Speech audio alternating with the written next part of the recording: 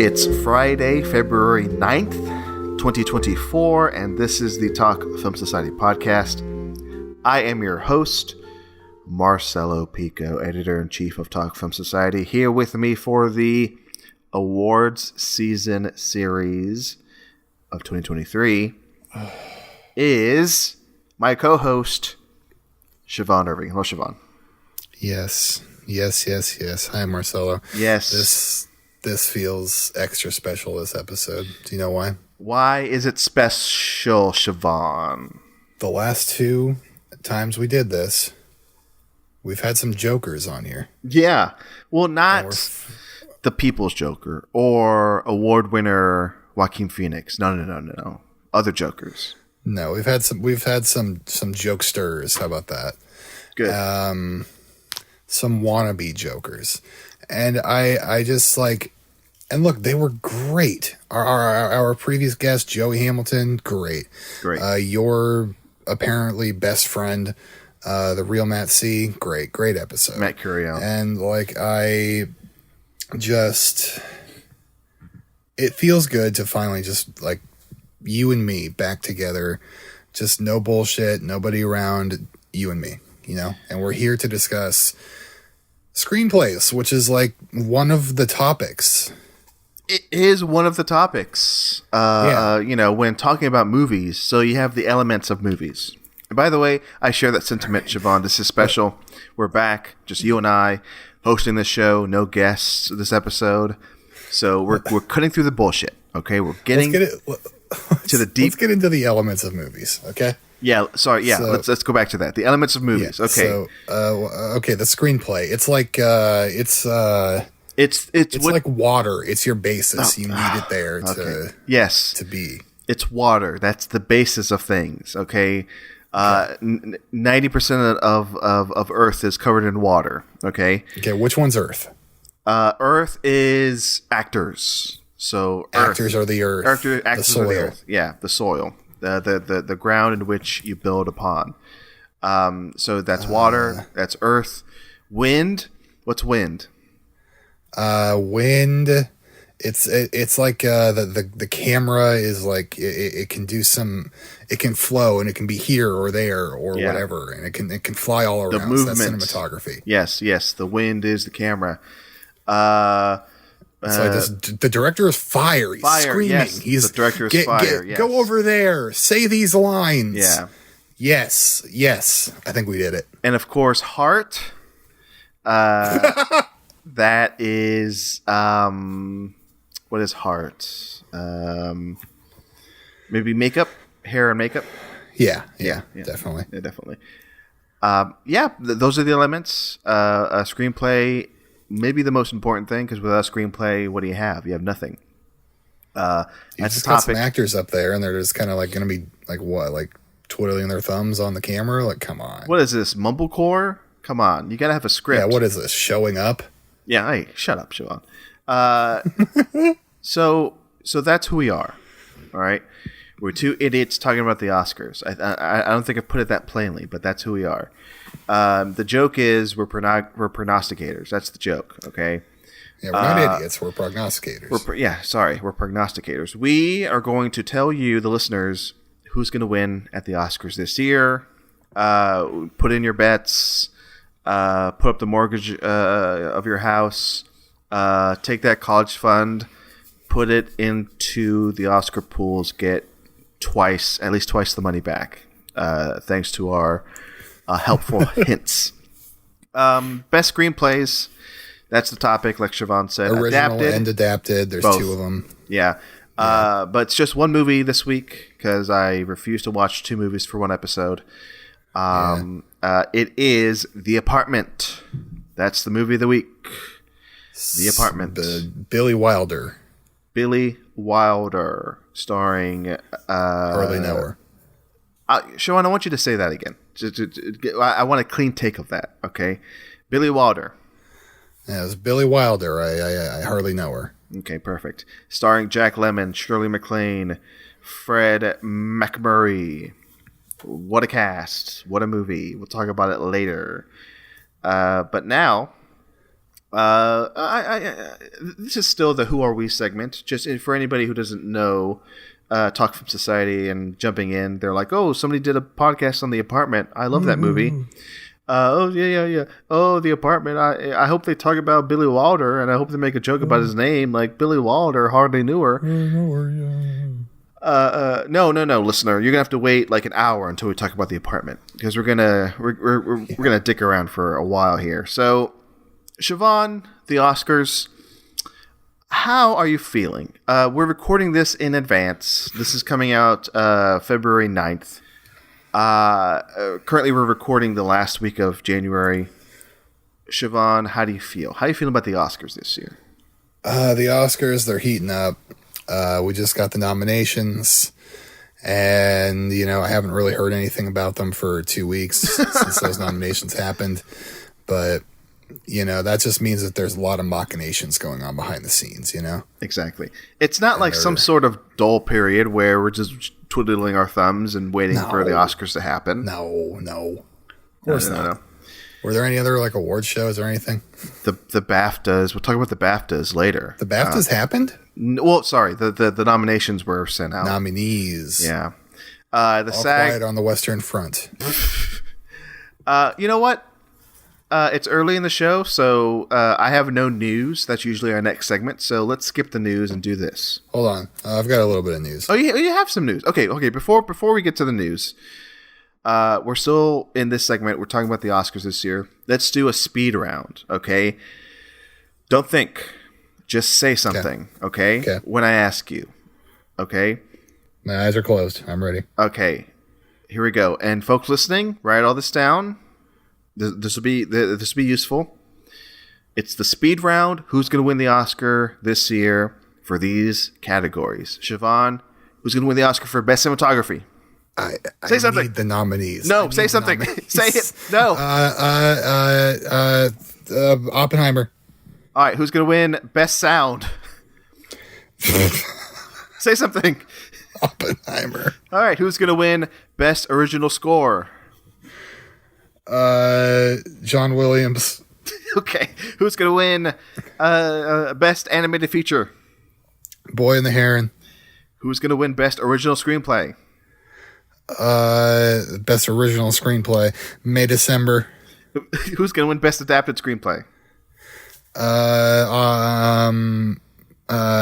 Oppenheimer. Who's going to win Best Supporting Actor? Best Supporting Actor. Ryan Gosling. Who's going to win Best Supporting Actress? America Ferrera. Who's going to win Best Actress? Margot Robbie. Who's going to win Best Actor? Cillian Murphy. Who's going to win Best Director? Greta Gerwig. Who's going to win Best Picture? Zone of Interest. All right, there we go. Lock those in, folks. That was the speed round. So yeah, look back. Okay, once the Oscars happen, folks listening, look back, see how right all of these were. Okay, on to the next segment. The news. Siobhan has a piece of news she wants to share. I was at the grocery store today. Yeah. And they had clearance on toxic waste sour candies. Yeah. I've got a blue raspberry one here for me. Oh, nice. And I'm gonna try it out on camera. Cool. By the way, we're not on camera. Oh, no. What? It's sour. What type of sour candy is it again? Toxic waste blue raspberry. Oh, I think I've had that before. Yeah, those are especially sour. Oh, yeah. Okay, the sour's gone. As for me, I had a stunt more than news, I guess. Yeah. As for me, this is not Southland Ales, but I am drinking for the first time in a while. I'm drinking while recording. Wow, awesome! There's a tiny bit of gin left. Glad to have you back. Yeah, I made a gin drink. I made some gin with juice? with some lemon and lime juice, which I told it was juice. Yes, and you're afraid that the juice is moldy or something, right? Yeah, so it's from concentrate. This lemon and lime juice. It's those it's not like a sweet juice. It's not like Minute Maid. It's from concentrate. It's like natural lime juice, but I'm sure it's expired. So I'm worried I might get sick from this. So sick from lemons. This is going great so far, by the way. I'm having fun. I'm having a good time. So, okay. The apartment. What's next? All right, so that's So what is next? That's the news. All right, so that's the news. Wait, didn't you say the BAFTA happened? That's not news? No, the BAFTAs didn't happen. The BAFTA nominations happened. Yeah, is that not news? Do we not talk about the BAFTA? Should we talk about the BAFTAs right now? Well, we don't have to. We can keep this short. Here, you know what? Just go to the top categories. Give us the actors and the director and the just to appease your ass. I'll pull up the just to pee in my ass.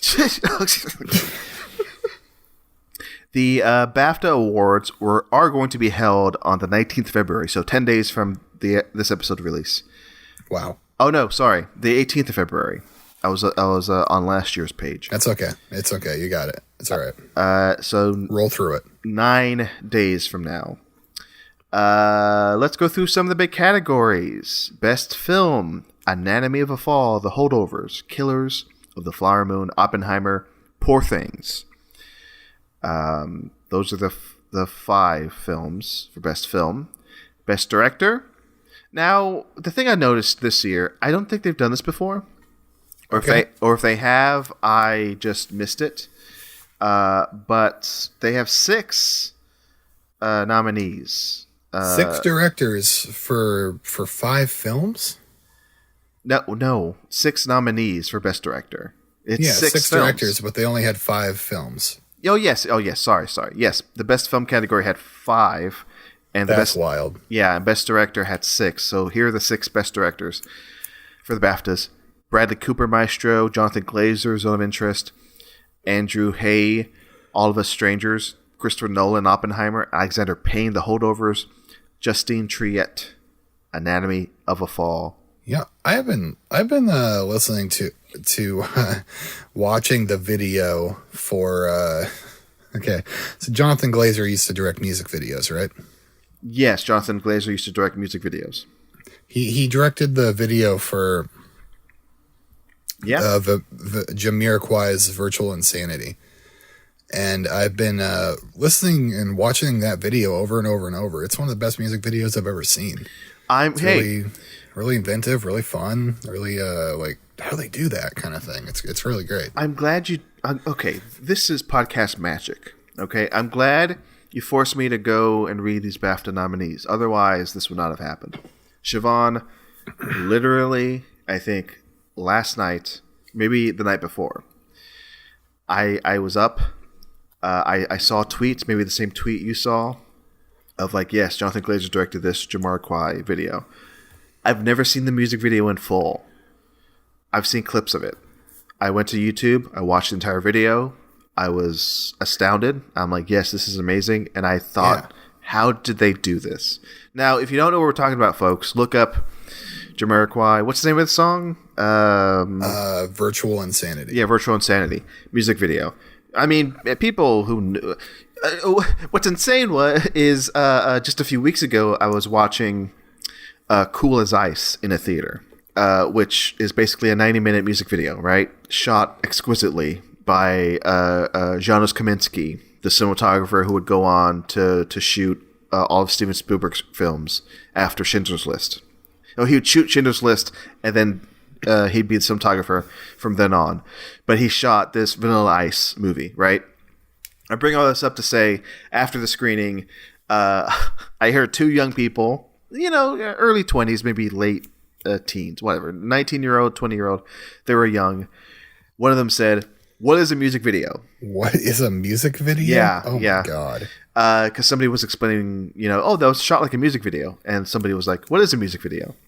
They're on YouTube. They're not, they still get made. They're still popular. That guy's just out of the loop. Or maybe it was a joke, but I took it as serious. It sounded like a serious conversation. Somebody sincerely asked, "What is a music video?" So if you don't know what a music video is, look up Jamarique's Virtual Insanity. Yeah. So this music video is astonishing. Do you know how it's shot, Siobhan? Because I know it's interesting. I I do too. Where like, so it looks like Jamarique is kind of like, he's doing these dance moves and singing his song in this white padded room with some furniture on the walls, like chairs lean against the walls and stuff. And the way the camera's set up, it looks like he is moving, or it looks like he is standing still, but somehow moving across the room, and the chair will like move even though the room is completely standing still. Like, it is really a phenomenal effect. And they did it by basically making the room that he's in, the set. Yeah, the walls. The walls, like that part is what can move, and they just had people on the outside like moving the walls. Yeah. It's insane. And after I saw the music video on YouTube, there's a link to Jamarique's official YouTube page, and on that page was a making of, like, featurette. Yep, I watched that same thing. Yeah. And that's that's where I learned that they figured out making, because initially they wanted to make like the floor treadmill, and they're like, oh, that's too cost prohibitive. And I think Glazer was like, oh yeah, let's just put wheels on the walls, which is fantastic. And now he's nominated for Best Director for a Holocaust drama. Yeah, which, Jonathan Glazer, have you seen any of his other films? He's only made like 3 other ones. He did Under the Skin, right? Under the Skin, yeah. Yeah, I saw that. What's his other movie? Sexy Beast. No, okay, I've only seen Under the Skin. And he also did Birth. I've only seen Under the Skin. Yeah, I've seen Birth. I've seen Under the Skin. I have not seen Sexy Beast. I keep hearing that's amazing. But I just rewatched. Did I talk about this on the show? In a Hey, what you watching segment? Or sorry, what is it that you've been watching? I saw Under the Skin in a theater a few weeks ago, and man, that movie is incredible. It's amazing. It's still 10 years later. And it's no surprise that he's still amazing as a director. And I'm sure you heard the episode where me and Matt talked about Zone of Interest, right? Yes, I heard you and Matt talking. Thank you. But Matt was very hesitant, or just very adamant, actually. He said he'll never see the Zone of Interest. But Siobhan, I hope you see the Zone of Interest. I am not as adamant about that. I want to see the Zone of Interest. I'm okay with feeling sad for a little bit. Yeah. And it's not what Matt said it was, which is insane to think. Sorry, Matt. No, you're probably not listening to this anyway. But Matt was like, oh, I don't want to see a movie about, Nazis, oh, woe is me sort of thing. It's like, no, that's not what it is at all. It's Why would it be that? And also, why would a movie be as celebrated as that when that's the theme? No. Hey, the Nazis had a hard life too. We're just following orders. We're just following. That's what it is for 90 minutes. We're just following orders. Leave us alone. Hold on, I'm going to make sure, because I just said it's nominated for Best Director at the Oscars. Yeah, it is. Yeah, Glazer, Best Director for Zone of Interest. Yeah, so the director of that Jamarique video getting nominated for an Oscar, hell yeah. So going back to the BAFTAs, I don't think we need to go through all of them now. I think we've... Yeah, I think we're good. Yeah, I think we're good. We talked Director about... and picture, I love it. Jamarique, we talked about Jonathan Glazer. That's good enough. So that's the news. All right, happy about that. Next segment, what is it that we have been watching? Oh, yes. Oh, yes. Oh, yes. Okay, Siobhan, can I start? Can I start this? Can I go first? Okay. Go ahead. I feel like I usually start. It's your turn. Yeah. So last week I talked about some Sundance movies. Marcelo's time to shine, everybody. Yes, thank you. It's the Sundance wrap-up segment.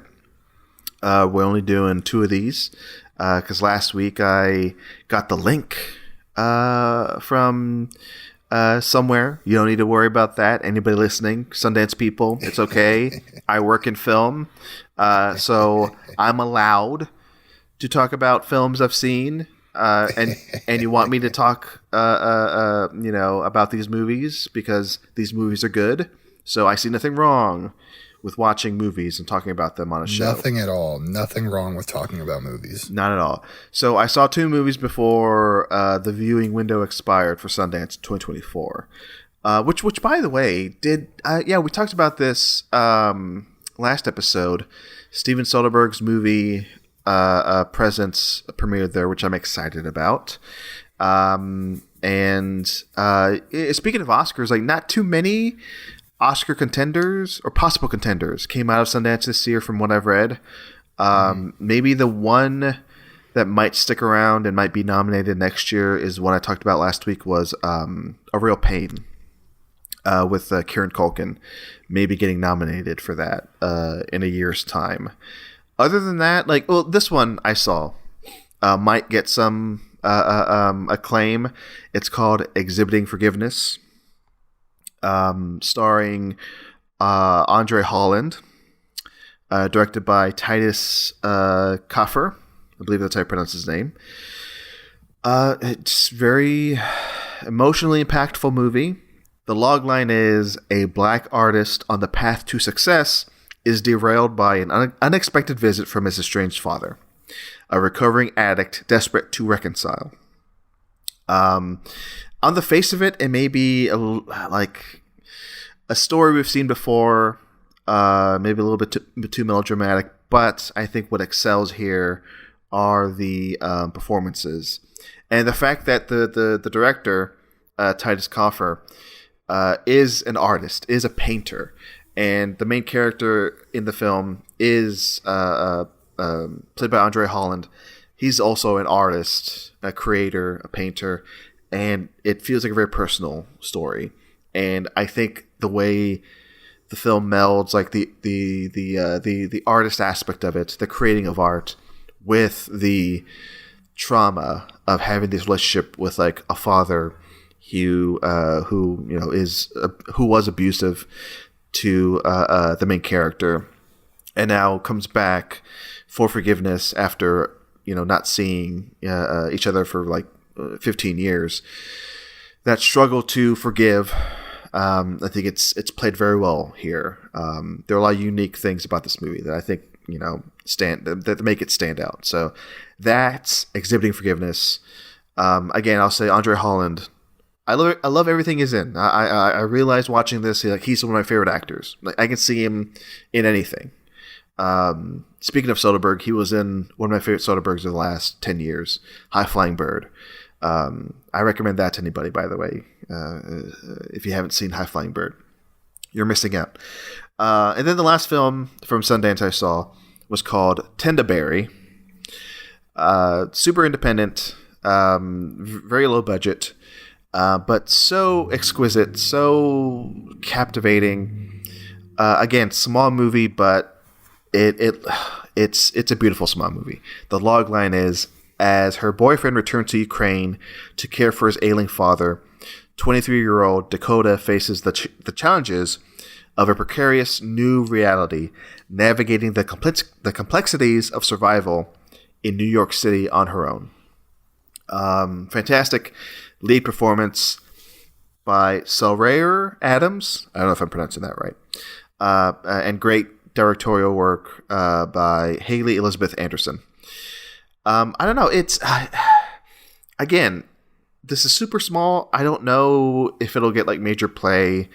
But forget about the awards. Like forget about like any potential for Oscars. Like this movie, I think eventually when it comes out, I hope more people see it because it is one of those like small movies. That one is like a great work on its own, but it shows potential for the actors in it, the lead actress, and also the director. I hope they make more things and more things come from this in terms of their careers. So that's Tendaberry and Exhibiting Forgiveness. So those are 2 Sundance movies I saw that wrapped up my Sundance viewing. But yeah, other than that, good Sundance. Yeah, you did it. Yeah, I'm happy. I saw 6 movies in total over 3 days. I know you didn't get to see the TV Glow, but I did not see the TV Glow. I said that last week. That wasn't in the viewing room. I could not see that. I'm disappointed that I missed it. Same with Steven Soderbergh's Presence. there were other movies that played at Sundance that I wanted to see too that weren't in the viewing room. But yeah, I'm happy I did this. You know, it rekindled my love of doing film festivals. I haven't been to a film festival in about a year now. Over a year, actually. So just doing this at home, watching these small movies that very few people have seen, and some movies that have yet to find a distributor. I think last week I talked about Thelma, starring June Squibb, and as of this recording, it's not been picked up. Like I don't know when it's going to come out, if it's ever going to come out. Sounded like a slam dunk. That's interesting. Yeah, but yeah, it's that's the festival run for you, because sometimes you see these small movies and they just disappear, and sometimes you see these small movies and they become like gargantuan hits, and a lot of people watch them eventually. But it's festivals. It's weird. I love them, but you never know what's going to happen with these small movies. Anyway, I enjoyed Sundance, and that's all I want to say. That is what I've been watching this week, Siobhan. Glad to hear it. I hope so. I am. What is it that you've been watching? Oh, thank you for asking, Marcelo. Were you waiting for that? So, I was. Marcelo, I watched my first BC. What could that mean, you ask? Brandon Cronenberg? Well, yep. Is that right? Yes. Oh, okay. I watched my first Brandon Cronenberg. I watched Infinity Pool. By the way, that was a wild guess, but I just realized I did see that you saw that. I saw that on Letterboxd, that you saw Infinity Pool. Yeah, I'm going back a little bit here. I didn't want to cover too many movies last week with our guest. Infinity Pool, not for me. It's okay. I don't know. I didn't enjoy it. Its themes kind of bored me quickly. It never really evolved much. I get it. Poor people getting taken advantage of by the rich. I understand. But it didn't do it for me. You don't care about the poor. I hear you. Okay. That's what I'm saying, yes. Speaking of not caring about the poor, I watched Karen Kusama's Destroyer. Ooh. That movie is cool. Yeah, speaking of festivals, that's when I saw at Fantastic Fest years ago, and I fell in love with it. Oh, yeah. Yeah. Yeah, that's a very cool movie. Compelling performance by Nicole Kidman. I think the way the story unfolds through flashbacks is very compelling and cool. I think it's a good movie. Good movie. I agree, yeah. I watched the My Bloody Valentine remake. Okay. It's fine.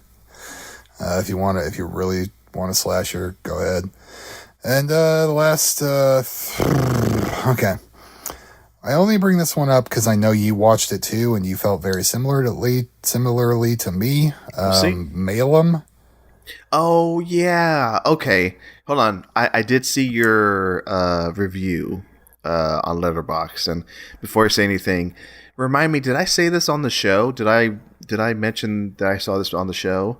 Or maybe it was off mic, but I think at one point I was saying I kind of want to watch this, and you said you watched it and it wasn't good or whatever. Yeah, because I forget if it was on the show or not, but I remember saying, Siobhan, you might like it. It has some Silent Hill vibes, but it wasn't. It does. It wasn't for me. I don't like bashing small movies like this because it feels like a small independent movie, but it just doesn't come together. Here's the thing. It being a remake of the director's same movie, and apparently it's shot for shot. What? Just I with didn't a larger know that. budget. Yeah, just with a larger budget. Jesus. So calling it a smaller movie, I don't even want to give it that credit anymore. And I found it's a very cruel and mean movie, and it's a movie that has no logic whatsoever. It's not even it has its own internal logic. It's just anything can happen at any time, and it will, and you never know if anything's real, and maybe none of it is real, and it annoyed me more than anything. It was just confusing and confusing to watch, and then on top of that, they made it hard to watch because it's like fucking violent and mean. Yeah. You know, and I just didn't like it. And hey, I think we both enjoy violent, mean movies in their own right if they're good. Sure. When they're good. When they're good. But yeah, it's disappointing. And I looking back at the year, I think in terms of 2023 movies, that may have been the worst movie I watched all year. So it's possible, yeah. Yeah. But anyway, that what's it called again? Malum? Yeah. I'm not quite sure how you pronounce it. But here's a better movie. Okay, good. Mission Impossible: Dead Reckoning Part 1 came on Paramount Plus. Yes. Oof. Ooh, baby. Oof. You love those Mission Impossible movies. That Mr. McQuarrie, he knows how to make them. He's doing it. He's making good shit. Him and Tom Cruise. I don't want to quite say they're making magic together, but they are making damn fine cinema together. Yeah. And this is just another damn fine Mission Impossible movie, and absolutely. It's great spy shit, great action. The final train sequence, everything about it, just aces, just so good. Yeah. Couldn't have done it better, I don't think. Yeah, I don't want to say I love it because the one thing going against Dead Reckoning Part 1 or just Dead Reckoning, because apparently Paramount is changing the name. It's no longer Dead Reckoning Part 1. Dead Reckoning, the only real strike against it is it follows, in my opinion, the best Mission Impossible movie. Like Mission Impossible Fallout, for me, is a 5 out of 5. It's the best Mission Impossible. The best stunts, the best acting, the best directing, everything. Fallout has everything. Dead Reckoning is good. It's very good. But it can't reach the heights of that. And part of me thinks they understand it. Like maybe that's why they're splitting it into movies. Or they're these two final movies, or maybe not final. These Part 1 of Dead Reckoning, the next movie they're going to make, whatever that's called. I think initially they said these are the final two Mission Impossible movies, but I've read somewhere that I think they want to keep going after that. That makes sense. But I guess that's why they wanted to follow up Fallout with these two movies. It's like, okay, let's do something different. Let's try to expand one singular story to two movies. And it's kind of the case similar to... It's similar to Spider-Man Across the Spider-Verse, where I have problems with Dead Reckoning Part 1 that maybe Part 2 might fix. I don't want to spoil it, but a certain character's death I'm not happy with, right? In Dead Reckoning Part 1. And I'm wondering if they sort of do something in Part 2 that maybe changes that. I don't want to get into specifics, but I'm waiting for Part 2. Maybe it'll make Part 1 for me stand out a bit more. I don't necessarily think that character is dead. Yeah, I think so too. It would be the cleverest thing to do is to just reveal that it's again. Let's not get into this. I don't want to spoil it. But yeah. You know what we can get into? What? We can bring back Stonewatch, baby. Because you know what I watched? Okay, yeah. What did you? Oliver Stonewatch 2024 continues. What's happening? What is it? I watched Wall Street. 1 month after I suggested you watch Wall Street, yes. You have watched, and only one half of the two movies that you did tell me to watch. Yeah, Wall Street. I did watch it. What was the other movie? The other one was supposed to be Nixon. Still haven't seen it, but I watched Wall Street. Tell me about Wall Street. It is a good movie. All right. No, it's probably lower on the list of Oliver Stone movies to me. I like that he kind of is like, he presents the reality of it to you and makes it seem incredibly scummy, but it's in kind of a Fight Club way where possibly it gets misconstrued.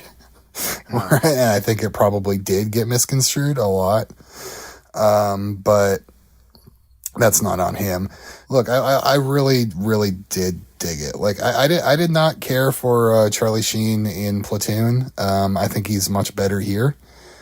And him and his daddy having scenes together, very nice. His daddy is a much better actor. That's just a fact. Fucking Richard Gecko.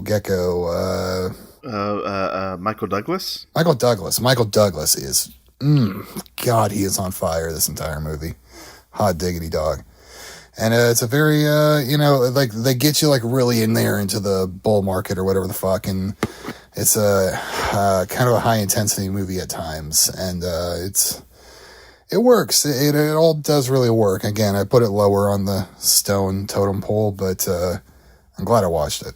Well, that's good to hear, because I haven't seen that movie in like over maybe 10 years, maybe 15 years, and I remember not being a big fan of it. Sure. Then I saw the sequel, and I'm like, oh, this movie sucks. The sequel, because money never sleeps. But yeah, I don't know. I said earlier. I said in a past episode, I recently bought Natural Born Killers, so I'm gonna watch that soon, and maybe I'll rewatch Wall Street. Maybe I'll do my own Stone watch this year. Siobhan, how about that? Double Stone watch, unheard of. Holy shit. In this day and age. Let's just make this a Oliver Stone retrospective. Let's just drop the Oscar bit and just... That's our next podcast. Yeah. What would our Oliver Stone podcast be called? Stone Watch. Okay, Stone now, Watch. Done. Stone, we got... Okay, what's our gimmick? Are we like getting high? We could do like Oliver Stoned. I'm thinking like squeezing... What's that phrase? Blood from stone? Oh, yeah. Isn't it just like water? Heart of Stone, Stonehenge?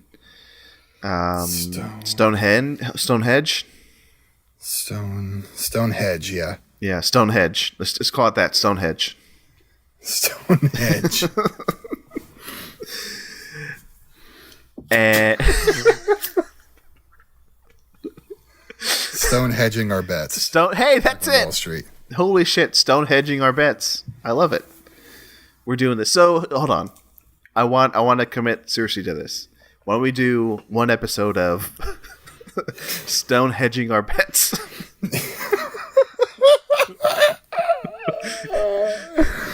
Okay. We'll do one episode, and it'll be in this run of the Oscar show. Why don't we do that next episode? We'll watch.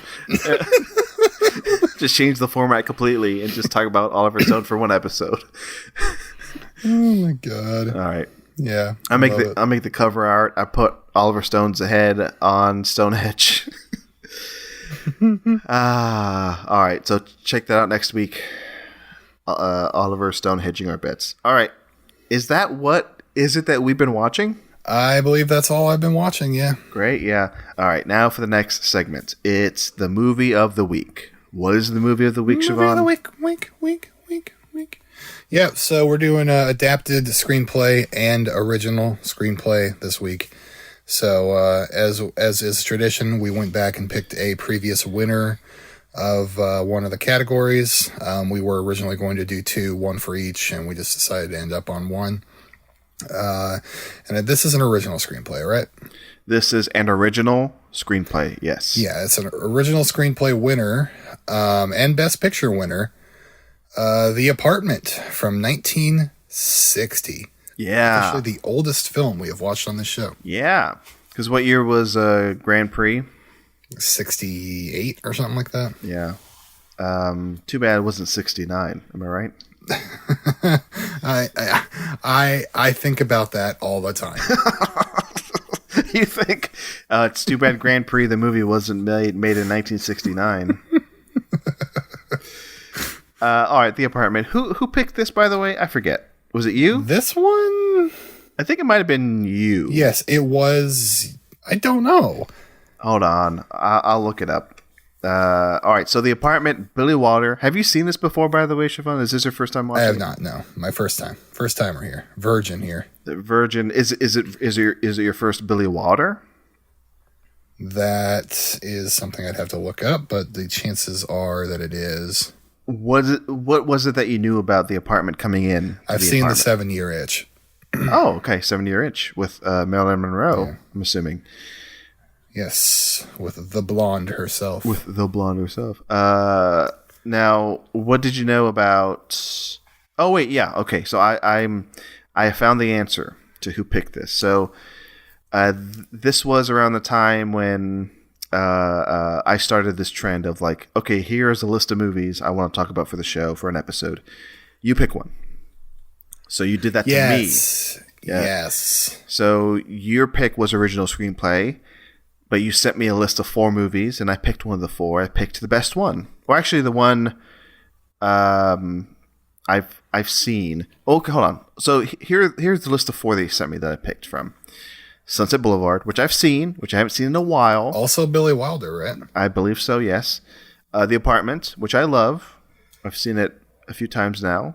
I think that's a masterpiece, so that's why I picked it. And then the other 2 I have not seen. Rain Man and The Crying Game. That's why I like the I haven't seen any of those, so that I'm trying to like check stuff off my bucket list, you know. And I just don't care. I'd rather just watch. You don't care about that. I'd rather just watch a movie I love. See, the reason I you know which one I was hoping you'd pick, Marcelo? What? Sunset Boulevard. And the reason being is that I know we're both watching Twin Peaks right now, and I know that's a heavy influence on Twin Peaks. Yes. But I respected your choice for The Apartment, a film that I've heard a lot about over the years, just in general being like a classic, like one of the greatest films of the 60s. Yeah. A big reason why I chose it is because I just rewatched it for New Year's. I saw it New Year's Day. You didn't have to do any work. Yeah, well, I saw half of it today, and it's playing. Well, come on. And this movie is cut into 2 specific halves. Like I'd say hour 1 is vastly different to hour 2. True.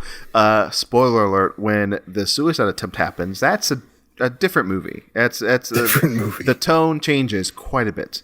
Hold on. So before we get further into it. Why don't I read the synopsis? Because I do enjoy reading that. One man owns an apartment. Here it is. A Manhattan insurance clerk. 6 men want to fuck in that apartment. A Manhattan insurance clerk tries to rise in his company by letting its executives use his apartment for trysts. But complications and a romance of his own ensue. That makes more sense. So you knew it was a classic. You knew it was one of the best films of all time. Did you know it was a Best Picture winner before you watched this? No, I didn't. Oh, you didn't? It didn't surprise me to learn it, but I only found it out after like looking up to make sure this was original instead of and then I forgot that anyway. So before we go back to that year it won Best Picture, your quick thoughts. Did you end up liking this? Have you said that yet? Did you like The Apartment? I liked The Apartment. Yeah, okay. It's a very nuanced movie for how kind of goofy and wild it is. Yeah, Wilder. Wilder. I'll say real quick. I jumped at the I didn't. Oh, okay. I was gonna say I jumped at the chance to see it on New Year's Day this year, but here's what happened. I was supposed to see When Harry Met Sally New Year's Day this year, but this is gonna sound insane, but this is what happened. That first week of the year, the projectors couldn't show any Sony pictures, the digital projectors, which was bizarre. Like there were wait, they just like physically couldn't, or like they weren't allowed to? I don't know. I never got an answer, but they like every Sony picture screening was canceled at my local theater chain. Even Gran Turismo? They were going to show Gran Turismo from Game and Racer New Year's Day, like they always do, but they had to cancel it. That's the new tradition, by the way. They're going to show Gran Turismo. By the way, Gran Turismo, as of this recording, $5 on iTunes. Buy it. Hey, you know what? Yeah, why not? $5? $5. By the way, the fastest I've seen a new movie go down in price on iTunes. But we had to reconfigure our plans, and we saw that there were seats left at the apartment. So, of course, we had to see the apartment on New Year's Day. I had seen before, the year before on 2 years before on New Year's Day. And it's a new favorite. So The Apartment, I love it. It's a great New Year's movie. Now let's go back to 1961, the year of the Oscars, in which The Apartment won Best Picture. Okay, first question I ask you, Siobhan.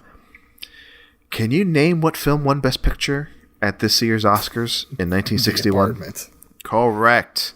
The Apartment won Best Picture. Here are the other nominees for Best Picture. The Sundowners, Sons and Lovers, Elmer Gantry, and The Alamo. The Apartment, of course, won Best Picture. Best Director. The Alamo, of course, starring Billy Bob Thornton. No, The Alamo starring John Wayne. I think it was also directed by John Wayne. I'm going to double check. Yeah, directed, produced, starring John Wayne. A great man. Yeah, look him up, folks. Peek behind the curtain. When we were originally planning to do two movies for this, one adapted, one original. And for adapted, Marcelo had chosen to do Elmer Gantry just because it came out the same year and won. And we decided a few days ago that we weren't going to end up doing Elmer Gantry, and I was okay with that because I hadn't really heard of it or knew anything about it. But today, I tried to do my due diligence, and I was just like, hey, you know what? Why not? I'll try to watch it. It was on Prime, and it's on Tubi as well. Yeah. And I turned it on. And it was like this, like heavily religious. Oh man, I didn't know that. I guess I didn't give it a ton of time to reveal itself, but it seemed like it was not going to be as progressive or forward thinking as something like The Apartment. Yeah. And also it was 2.5 hours long. Jesus. So I was just like, I kind of checked out after the opening credits. Okay, yeah, like Siobhan said, initially we were going to do two movies, and I picked Elmer Gantry only because it was available on Prime, and it won the same year adapted screenplay as The Apartment. But yeah, I'm happy just to talk about The Apartment. Elmer Gantry seemed like a lot. Here's the synopsis for Elmer Gantry. A fast-talking traveling salesman with a charming, loquacious manner convinces a sincere evangelist that he can be an effective preacher for her cause. The trailer's playing on mute right now. Looks interesting, I guess. Starring Burt Lancaster. Whatever. If we had more time and if we cared more, we would have seen the Elmer Gantry, but that was not in the cards, folks. Yeah.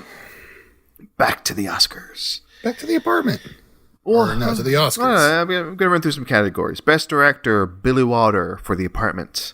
Best Actor, hey, speaking of Elmer Gantry, Burt Lancaster won for Best Actor for Elmer Gantry. Burt. Best Actress, Elizabeth Taylor. In the Wikipedia page, I'll read you this. Elizabeth Taylor, who had a near-fatal bout with pneumonia a short time before the ceremony, was viewed as having received her Oscar out of sympathy rather than for her performance in Butterfly 8. That is insane. That is insane. To put in the Wikipedia page as fact. Basically saying Elizabeth Taylor was shit. She did not deserve this Oscar. But yeah, Elizabeth Taylor won for Butterfly 8. Supporting actor, Peter Ustinov for Spartacus. Oh, Spartacus is great. I love Spartacus. Best supporting actress, Shirley Jones for Elmer Gantry.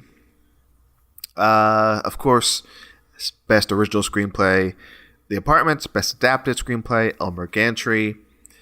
And those are the top awards. Sure. The Apartment. Let's go back to The Apartment. I want to tell you all the awards it was nominated for, and it won at the Oscars. Here we go. Best Picture, it won. Best Director, it won. Jack Lemmon nominated for Best Actor. Shirley MacLaine nominated for Best Actress. Jack Crucian, Best Supporting Actor, nominated. Of course, it won for Best Original Screenplay. It won for Best Art Direction, black and white. It was nominated for Best Cinematography, black and white. It won for Best Film Editing. And it was nominated for Best Sound. So there you go. The Apartment. The cinematography I'm fully on board with. It's a gorgeous looking movie. Yeah, did not win, which is bizarre. It looks beautiful. Especially those shots in the office where the office looks like it goes on forever. Yeah. Like, part of me was thinking, like, this has to be a matte painting, right? But then you look back there and people are moving. So the winner of Best Cinematography over The Apartment, and this is when they split the category with, it was black and white and color. So in the black and white category, The Apartment lost to a movie called Sons and Lovers. I don't know what that is. And in the color section, Spartacus won for Best Cinematography. Okay, back to The Apartment, the movie. Did you know about the premise of this, Siobhan, going in? No. Yeah, me neither. Watching this for the first time a few years ago, I had no idea this was the plot of The Apartment. I just thought it was going to be like a kind of like a simple rom-com. I was kind of wondering, like, how did this one Best Picture? What sort of pushes it over the edge? And yeah, by the end, I'm like, okay, I get it. I get why. Okay, before seeing this, what other Jack Lemmons have you seen? I don't fucking know. Grumpy Old Men. See, right? No, that's my point. Like, hey, hold on, I got you, bitch. Arrested Development. Arrested Development, yeah. Jack Lemmon's famous role in Arrested Development. Is he not in that? I don't think so. No. No, wait. The Martin Short's character mentions Jack Lemmon because of the one-arm push-up thing. So and the one-arm push-ups. He did that. I got you, bitch, because I know one film you've seen for this show starring Jack Lemmon. Oh, Christ. Oh, God. Yeah. Grand Prix. Grand Prix. No. Okay. Do you not know what it is? No. JFK. Oh. Yeah. Okay. He's the guy early on who he goes, you don't know what you guys are up against. This is all conspiracy. That's me doing a Jack Lemmon and JFK impression. Yeah, he's really good in this movie. He's got this, like, his character arc is insane. Like, he is both kind of a nice guy, like, you can tell he's a nice guy, but he sacrifices his morals at every single turn. Yeah. And gives in cowardly and pathetically to any kind of pressure whatsoever. And it's tough to even tell if I'm supposed to like this man or not. Yeah. It's just fascinating how Baxter's his last name. Baxter, yeah. He just kind of, like, 95% of the movie is just him devolving as a human being, getting worse and worse and more pathetic. Yeah. Even, like, I wrote this down specifically because we're 15 minutes from the end of the movie, a 2-hour movie, like maybe a little over 2 hours. And there's a guy that shows up who looks like Robert De Niro in The Irishman, who is like the brother-in-law of, of Shirley MacLaine. Yeah. And he he's still like trying to be kind of like a smooth loser kind of guy. Like offers him like, hey, want a martini? When it's like so clear that guy hates him so much, he's trying to cover for his boss even in this time, to somebody that just doesn't matter whatsoever. Like it's really, it's and it's like in the final 5 minutes of the movie when he gets some sort of redemption, does something for himself. But Jack Lemmon is like great the entire time. For sure. No. Especially, and Shirley MacLaine as well. Like she's so charming. And her character's not even likable at all either, really. But she's so charming, and like her, after her suicide attempt, everything that happens there, her acting is just, it's on point. She's excellent. Yeah. Going back to Lemon's character, Baxter, I felt the same way watching this in the most recent rewatch. I thought, I don't like this guy. Like this, I agree with everything you said. Like he just bends to the will of these executives and the main boss, Sheldrake.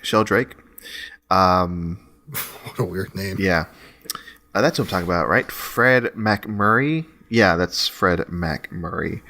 Oh, okay. One thing I do love about this is, like, in the first, 30 minutes, in the first hour, like we were saying earlier, it is, a little goofy, a little sitcom-y. It's very light. The whole sequence of him in the middle of having, a cold, he calls all of the executives that were planning to use his apartment for the week, trying to reschedule because he wants a night alone in his apartment. But because there's so many people using his apartment for affairs, he can't find time on his own. So that whole sequence establishes the game of okay, here's everybody using the apartment, and here's how willing he is to bend over for them, to say, okay, fine, here. I'll try to cater to my own needs, but if you guys need it, whatever. And then that final scene in the sequence, with the main boss, with Fred MacMurray saying, give me that key. And he's like, okay, here. He can't even, as much as he tries, he can't even, fight for his own well-being. He just ends up being sick because he's just a coward. A coward, and he also wants that job. He wants that promotion, right? And like you said, not until the last 5 minutes, really the last few moments in the movie where he quits and he goes, never mind. I'd rather quit than, be, working with you and have you be my boss. So, he finally sticks up for himself and he finally has morals. So it's not until the final 5 minutes, which is quite insane for a movie like this that is so, on the face of it, light, a comedy, but this guy is just a sniveling piece of shit for most of it. Yeah. Shirley MacLaine, like you said, I think she's great too. Adorable, but also she faces the fact that she's with a married man and she's doing these terrible things, but I don't know. She wins me over in the end in terms of her character because she wants to be good. I can see that in her performance as a character. But yeah, I don't know. It's a great performance. I don't know why Elizabeth Taylor had pneumonia and had to almost die for Shirley MacLaine to lose the Best Actress award, but it is what it is. And yeah, what else can we say about this film, Siobhan, in terms of the screenplay? Is it a great screenplay? Did it deserve to win an award for screenplay? Yeah, very, very snappily, well written, witty. And then halfway through turns on a dime, and suddenly that wittiness becomes sad and pathetic and not charming, not funny at all. It becomes like, why are you doing this? Yeah. Kind of sad. And I think that's incredibly clever. in the screenplay. Yeah, it is truly like a stark moment, but played really well in the movie when Jack Lemmon finds Shirley MacLaine's character in his bed, and you see the empty bottle, and then Jack Lemmon goes and gets his neighbor, the doctor, to come in. It's purposefully like off-putting because like we see this process. And we see the reviving of Shirley MacLaine, and you forget that you're watching a comedy. It just feels so real. And then it's in that recovery where, yeah, I see Shirley MacLaine's sweetness. I see Jack Lemmon still being like a worm, but also being kind to her. There's a way worse movie to be made out of this concept. Yeah, I think so. And I mean, you know, like this movie made 50 years later starred Vince Vaughn and was like just a total comedy. And the whole stuff with the doctor really reveals what I'm talking about, where it's just like, why are you lying to this man to cover for your boss? Yeah. Like it sickened me. It really did. And he never gets that redemption. He never tells the doctor the truth. Oh yeah. Which is just, it's so smart. It's so smart. I don't think I would have thought to do that. Like it's to just take this character to these lengths. Yeah. Yeah. I agree. And yeah, I don't know what else we can say about The Apartment. Other than it's a great movie. Would you recommend The Apartment to people, Siobhan? For sure. Yeah, absolutely. And you know, I know some people have problems with classical movies, but it's an easy enough one to watch, I think. Hold on. I read this funny fact on Wikipedia. I'll read this real quick. Mac Murray, who plays the top boss in this, who's having an affair with Shirley MacLaine's character, it says here, Mac Murray, having generally played guileless characters, related that after the film's release, he was accosted by women in the street who berated him for making a, in quotes, dirty, filthy movie. And that's what you get, Mac. Yeah, hold on. And one of them hit him with her purse. That's great. And this is a spicy movie too. This is a spicy movie. A lot of sex happening, not on screen, but like it's alluded to. Wait, it wasn't on your screen? Wait, were you watching the sex-filled version of The Apartment? Oh no! wait, The Apartment. You mean The Apartment XXX, right? No. The Apartment: a porn parody. made my Billy Wilder. and Jack suck on a lemon. Shirley MacLaine down. And Jack McHarry. No, sorry. No, Fred. Hold on. I got to take that again. And also Fred McHarry. Fred McHarry. Yeah, that's what I meant. All right. So that's The Apartment. I hope that's the the hard hitting analysis people are looking for with film talk here on the Talk. I think we did good film talk there. I think we did good. No. Next segment. That segment is done. Here's the new segment. Or the next segment, I should say. Our favorites of 2023 in the adapted screenplay and original screenplay categories. Yeah. We've got 2 categories to do this week. Who's going? Well, why don't we do this? We'll switch off. Yeah, we'll switch off. So let me go first. Let me do Best Original first. How about that?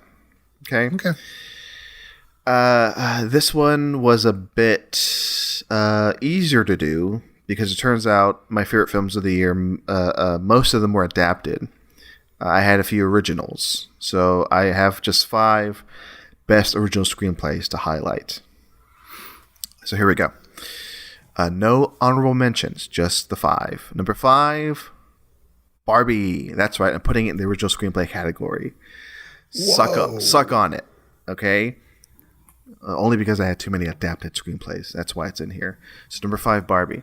Whatever. I don't care about the category switching. I don't care about if it's adapted or whatever. It's a great screenplay. All right. I think it should be original. I don't know why it would be adapted. Because it's based on a pre-existing toy. It's not based on like a. I don't think it should be adapted. I'm good either way. To be honest, I'm good at whatever category it falls in. I'm good. I put it in original. Like I said, adapted for me. It's packed to the brim. So it fit in original. Yeah. This number 5. Number 4, Anatomy of a Fall. Fantastic script. Keeps you guessing, and then by the end, it's not that you don't care about the truth. It's that like there's so much more to the truth. You're more attached to like the characters' motivations, and that's a large part because of the script and just it's a 2.5 hour movie. I think it's pretty long, but man, those moments you spend in the trial. You're there for a very long time. You're watching these lawyers, these French lawyers, talk, but you're compelled because you care about the characters. It's a fantastic script. That's number 4, Anatomy of a Fall. Number 3, Past Lives. Yeah, it's as great as everybody's been saying, and it's a fantastic original script. What I do appreciate about Past Lives is like it could have been done in a certain way of like using like a flashback device or jumping around in time. But from my recollection, I think it just tells a story like from beginning to end, like straight. You're compelled because you don't know where it's going to go really. Like the basic concept is, yeah, like these two people fall in love in the first like section of the movie. They grow older. They grow apart. They try to have this relationship, this long distance relationship, but that falls through. Then we jump in time and we see them in different places. And then when they come together, yeah, you're not sure what's going to happen. And yeah, I was riveted by the end and also emotionally wrought. I was emotionally affected by it too. So that's Past Lives. That's number 3. Number 2 is Asteroid City. Hey, look at that. Wes Anderson. It's I've been saying it all season. Asteroid City, one of the best films of the year. Getting 0 nominations at the Oscars is insane.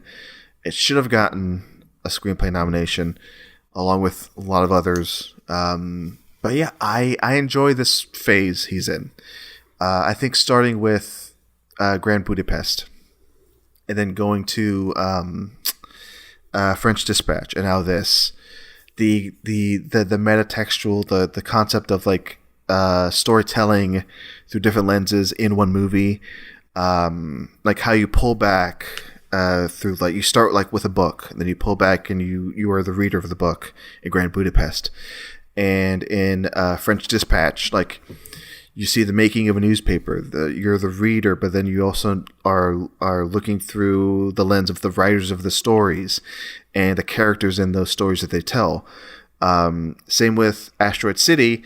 You start with like the writer of the screenplay that's in the movie you're watching. Then you pull back. Like that is fantastic. I love him playing with this narrative of just how we see a story through the eyes of the characters in the films we're watching. That's Asteroid City. Fantastic. Number 1, May December. I've seen people talk about how it shouldn't be original because it's based on the who is it, Mary Kay Letourneau stuff, right? Yeah, this one feels weird to me being original. Yeah, I admit that.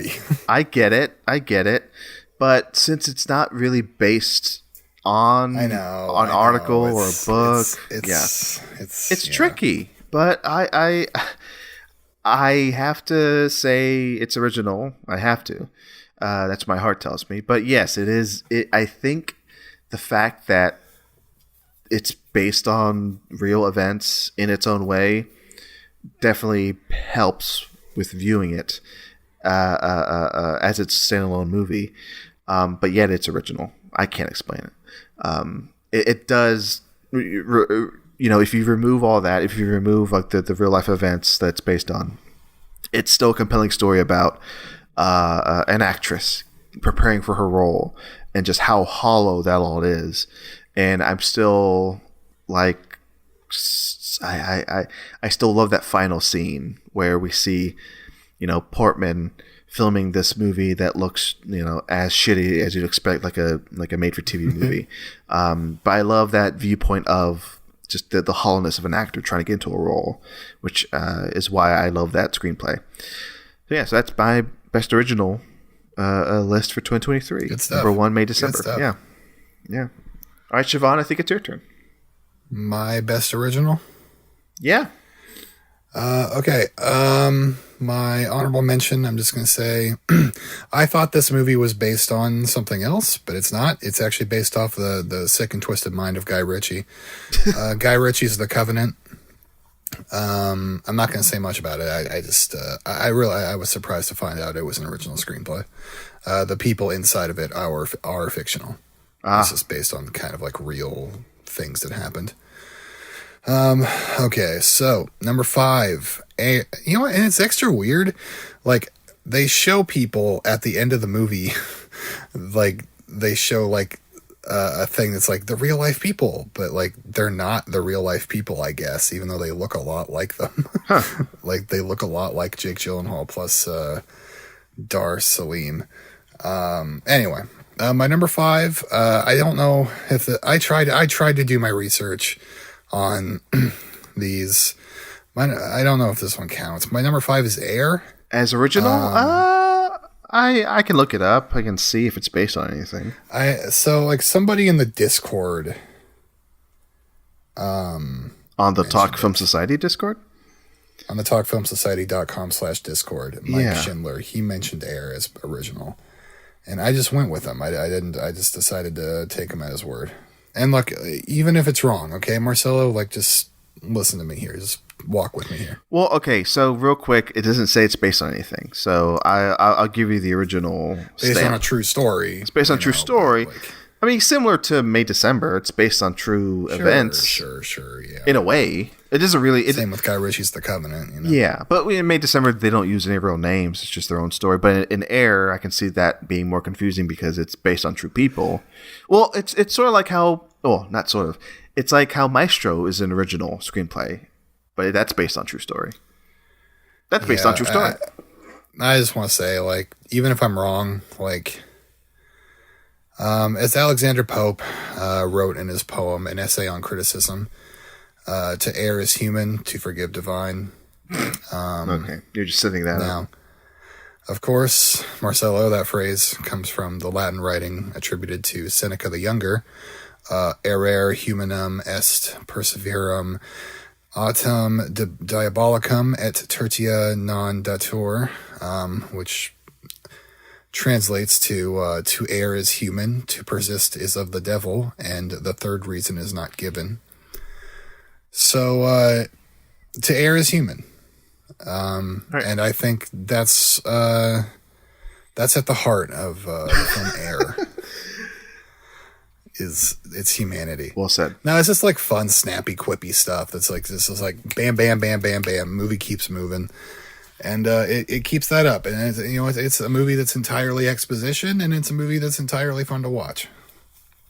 My number 4, The Iron Claw, another one I felt weird being original because it is based on a true story. Yeah, but I think this one is original, and it's because it's not based on like an article or a book. It's just what a weird category. The Iron Claw. I used this word earlier, but it's nuanced. It's the first hour of all of it. The script is very nuanced and surprisingly so. And this could have been a very bad melodrama, and it is not that. It isn't. And I think it should be commended for that. Number 3, Asteroid City. Everything you said about the metatextual stuff, that is what blows me away about this movie. Mm-hmm. I don't think I can really add anything to that, but yeah. Number 2, Sanctuary. It's this like sick psychosexual game, like who's really in charge here. The power dynamics shift back and forth constantly, and you never really know. The writing between the two, the sexual tension. This is something that has to be perfect if it's going to work at all. And I think they perfected. It's absolutely taut. Now, my number 1, Master Gardener, Paul Schrader. I think one of the best film writers of all time. And this film is no different.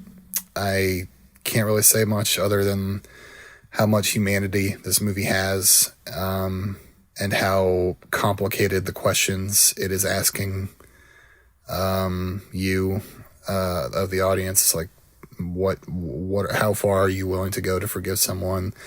How far does somebody have to go to be forgiven? I don't know how he keeps doing this.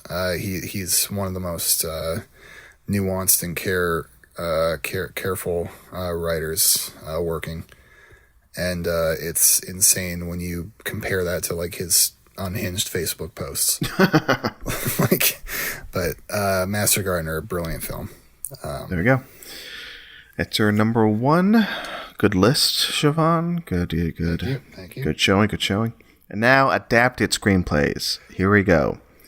My turn. This is where it gets tough for me. At one point, I had like 10 of them. Then I whittled it down. I just switched mine like just a minute ago. Yeah, I had a top 10. Now it's down to 5. I have 3 honorable mentions. I'll say real quick. And by the way, I'm using the rule that says it's adapted if it's a sequel, which I firmly believe that if it's Godfather Part 2, well, that's based on a book. It's a bad example. What's an example of a sequel that's not based on a book? Saw 2. Saw 2, yeah, thank you. Saw 2, that's first one. Saw 1, original screenplay. Saw 2, adapted screenplay. So that's my mindset here. Honorable mentions: Poor Things. A great film, I think. I do want to rewatch it. It's based on a book. Another honorable mention: Godzilla -1. Based on pre-existing material. It's a reboot to the Godzilla series. Astonishing film. Love it. Another honorable mention. This might be a surprise because this is my favorite movie of the year.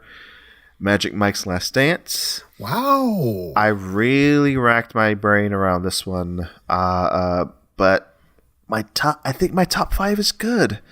And Magic Mike's Last Dance, I think it's, of course I'll talk about it more in later episodes because I mean, it's going to be in the best director category, in the best picture category for me. But I think the script, it's good. It's very good. But what makes that movie is the directing, the editing, the acting, just the vibes, Siobhan, the vibes of Magic Mike's Last Dance. So I think the script, not necessarily the weakest part, but lesser to everything else in that movie. So that's my rationale for not putting it in my top 5. Now my top 5. Best adapted screenplay. Number 5, The Killer. David Fincher's The Killer. Based on comic book, or as adults call it, a graphic novel. The writer of this, Andrew Kevin Walker, he wrote David Fincher 7, and he did rewrites for Fight Club. He's not credited. That's the thing. But if you watch Fight Club and you watch this, very similar movies. And it says here script doctor. So he also was script doctor for The Game. So he's worked with Fincher before. And it does feel Fincher-esque in just the way the protagonist, the killer, the titular killer, acts and talks. And I mean, that's the case because Andrew Kevin Walker just, I think, has that tone for a Fincher film because they've worked together for so long. So I love the script for the Killer. So that's my number 5. Number 4 is Blackberry. Yeah, this one is based on true events and also based on something. I did look it up before recording. I think it's based on a book or an article. I don't know. I'm not going to bother to look up where exactly it's based on. It's just based on a phone. But yeah, I love how this is scripted. I love how this is laid out. They recently, I don't know if we talked about this on the show, Siobhan. They recently they turned this into a 3-episode miniseries on AMC. Yeah. You have any interest in that? If I had access to AMC Plus, I would see it. Sure. Yeah. When I watched this a few weeks ago, I did catch on to the fact that, the film is split into 3 parts. I did later learn that the director of the movie, he only broke it up into 3 parts and added more scenes only because of the money. He's like, listen, I gotta make money as in any way I can, because he still wants to be indie film director. So he's like, okay, yeah, AMC wants to put this on their channel and make it 3 episodes. Sure, I'll do that. But it works as the 3-act structure of it is compelling. But I just love how it's laid out. It's first part is about the creation of the BlackBerry. Second part is about the success, about just things looking up. Third part, destruction, the fallout, the basically the end of BlackBerry. So I love how it's laid out in the script. My number 3 is Oppenheimer. This is a script I'm eager and afraid to read, because from what I've heard, it's written in first person. Have you heard this, Siobhan? No, I didn't know that. Yeah, it's Nolan being Nolan. But damn it, if the movie itself isn't great, he's up to his old tricks. It jumps forward and back in time. It's half of it's black and white, but the script is snappy. It has those Nolan-esque lines that feel out of place, but when it all comes together, I've said it before on episodes, like the score, the visual effects, the cinematography, and the dialogue, the script. It all works together only because it's a Nolan film. I think the script is solid enough to say it's my number 3 of the year of adapted screenplays. And my number 2, based on a book, we were just talking about it, The Zone of Interest. Yeah, it is especially heavy to watch. It will scar you mentally. And really it's not like a dialogue heavy script. I don't think I've said this. So I listened to the Jonathan Glazer Q&A after a screening, and what fascinated me was how he shot it. And he had like a general, I don't know if he had like a traditional script, but the way he shot it was he just put hidden cameras in this house where the film is set, and he just let the actors sort of act in a very, this is what he said, like in a very Big Brother sort of way, in the TV show Big Brother, which I found fascinating because the end result does not feel like a reality TV show, does not feel like that. Like, I did not think Big Brother as I was watching this. The end result is something drastically not that. Like that's in due part of Jonathan Glazer's scripts and this direction, and it's powerful stuff. And it's not only the scenes in the house, but beyond that, just as the story continues, it's another situation where I don't know where it's heading. Like, I'm dreading where it goes, of course. And then when it shows you certain things, you're just in awe of a lot. The horror. Good job, Jonathan Glazer. You bummed me out. Number 1, Killers of the Flower Moon. The best adapted screenplay in my book. It's a book I have on my shelf that I have not read yet. I've read some of it. The Killers of the Flower Moon book. Just from reading some of it and also hearing about the adaptation process, Scorsese was smart in changing the focus from what could have been an FBI procedural to a more human story following the indigenous people, Lily Gladstone's character, more focus on them rather than the FBI.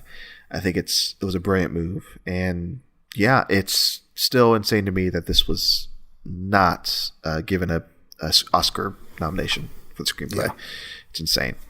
That's the number one of the year, and now I'm done talking for a bit. Siobhan, it's your turn. Okay, my honorable mentions: Saint-Omer.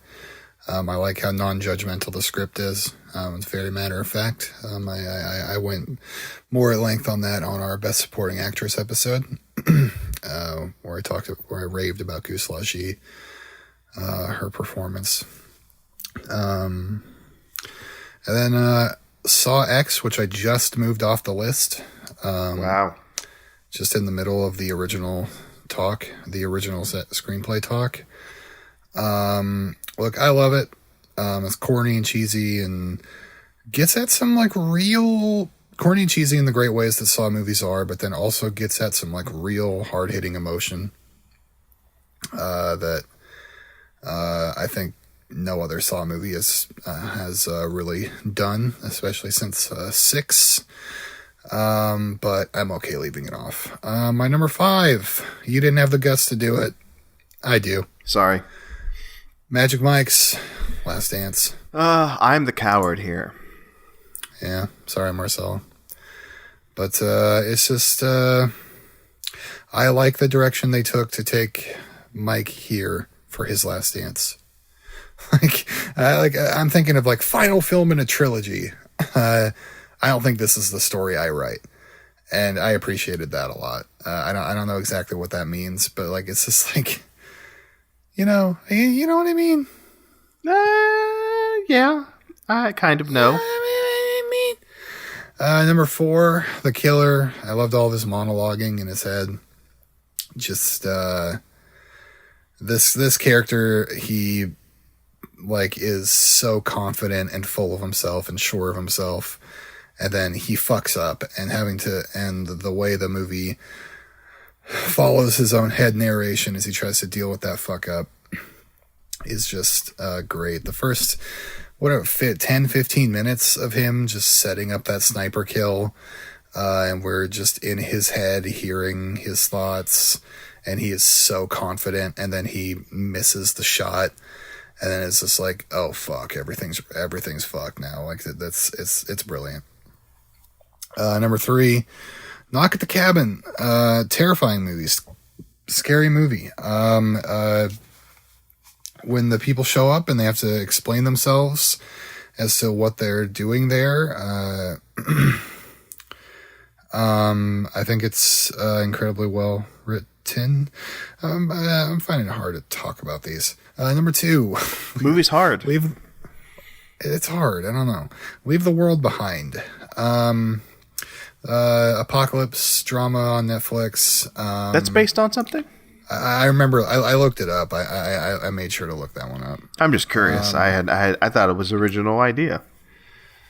It being an apocalypse drama of a unique kind, of where like cyber terrorism takes over. It leaves you in the dark. And the characters like ask all the questions, and the movie asks all the questions that you would ask if you were in this situation, and it's smart enough to only answer the right ones and then to leave the other ones ambiguous. I think there is some really, really fantastic drama between Julia Roberts' character and Mahershala Ali's character. There is definitely some racial tension between the two that is surprisingly well done. And the final one that I'm thinking of course, is Killers of the Flower Moon. Snubbed from the Oscars, but not snubbed from either of our lists. Top of both of us. Top of both. It topped us both. This movie topped both of us. Yes. And for good reason. By the way, congrats to Killers of the Flower Moon topping us in our list, but also congrats to Paul Thomas Anderson for ghost writing Killers of the Flower Moon. Did you hear about this? Have you seen this, Siobhan? Oh, yes. PTA. PTA. Good job writing this film for her. By the way, I bring that up because it's insane. I think it was the day of the nominations. Good old tweeter Charles Bromesco at Into the Crevice. He just plainly said to somebody who said, "Oh, Killers of the Flower Moon missed screenplay. Goddamn." He responds, "The writer hasn't been on the circuit. I heard pretty much the entire thing was written by ... PTA." So he just dropped that bomb, and then later he responds to his own tweet saying, "Good people of the internet, this is just something I heard at a bar a couple of months ago. Please stop asking me if it's true. I have no earthly idea. So thanks." Yeah, amazing. Yeah, but seriously, Killers of the Flower Moon, fantastic. Anything else you want to say about Killers or the list, Siobhan, as we move on to the next segment? I think that's all. Do you think, Siobhan, this year was a golden year for screenplays? I think. Shut the fuck up. All right, next segment. Well, actually, you know what? I'm happy we shared our opinions. There are no other opinions really to get to. We talked about screenplays. We don't need to talk anymore about the screenplays of 2023. We can move on to the next segment. Marcelo, right? What? That's where you're wrong. Fuck. Sorry. Sorry. Like Gilly would say. Sorry. Sorry. Marcelo, no. Actually, we do have to talk about not ours. We just talked about ours. But there are people out there. Yeah, there's no other reason to talk about screenplays of 2023, right? There's people out there who we ask the question of what their favorite screenplays are. Right? And I want to know I want to get their answers on the record, recorded on forever. Yeah. Like that satellite that went into space that had the golden record on it. Yeah, the golden record. Yeah, this is the golden record of Talk Film Society. Exactly. But before we do Talk Film Society, I'm actually going to flip the script. Whoa! I'm going to go to the Hollywood Handbook Discord first. Oh my God! What? This is unprecedented. I know. It's crazy. But I'm on the floor. I'm just going to do it. Your jaw's on the floor. No, I'm on the floor. You're on the floor trying to pick your jaw up. And, I'm going to start off. So I asked everybody their favorite adapted and or original screenplays. Or adapted screenplays and or original screenplays, their favorites. I didn't want to make everybody do 10 things because that's a little bit much. But my first response here, Lexi Zananetti, the busty bimbo from Brighton, as she called herself. Okay. She says Asteroid City is her winner for Best Original, and that Anatomy of a Fall gets a mention. So nice. And then we have one more. Whoa. We have one more. Stookman. Stookman. Stookman comes in here with his skeleton avatar, so scary. He says, Best Screenplay, Past Lives is his winner. Love it. May December, The Holdovers. That's one you didn't say, did you? Or did you put it in your honorable mentions? I did not mention The Holdovers at all. Might have been an oversight for me. If I were to put it anywhere, it'd be in the original screenplay honorable mentions. Great. Yeah. Asteroid City. Here's an interesting one. Dream Scenario. Oh, yeah, I saw that. It's about 3/4 a good movie. Yeah, in my opinion. And his honorable mention is Bottoms. Oh, I had a flash in my mind to put that somewhere, but I did not. So you went into the Speed Force for this a little bit. Yeah. Best Adapted Screenplay. Stookman says How to Blow Up a Pipeline. That's his winner. Nice. Appreciate that one. I did wrestle with putting that one in there, and I ended up against it. Poor Things, Blackberry. Yeah. Killers of the Flower Moon, Society of the Snow. Yes. That's what you got, yes? Well, I mean, I'm just saying, yeah. And honorary mentions, he says The Killer and Oppenheimer. So. Wait, I have a question. Yeah. For you, Siobhan. What's up? We've talked about Society of the Snow before. Do you personally have any interest in seeing that? It's on Netflix right now. Not really. I would. I just don't. Interest? No. Mm-mm. Why? I'm just curious. It's sure. Nominated, right, for a few awards. So, wait, is it? Did it get any Oscar nominations? I just don't. I don't need to see some fucking cannibal Dahmer family shit. Yeah, best international feature film, best makeup and hairstyle. It's what? No, come on. I don't know why I'm trying to sell you on a movie I probably won't see either.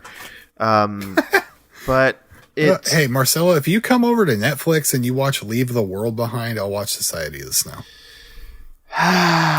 Or, hey, if you don't even have to do Netflix, how about this? I'm going to go look at justwatch.com right now. Okay. And I'm going to search a movie. All right, so this is the trade-off. So Siobhan will watch Society of the Snow if I watch the movie she's about to tell me. Sanctuary is available on Hulu. Oh yeah, that's available on Hulu. I knew that. You could have asked me that.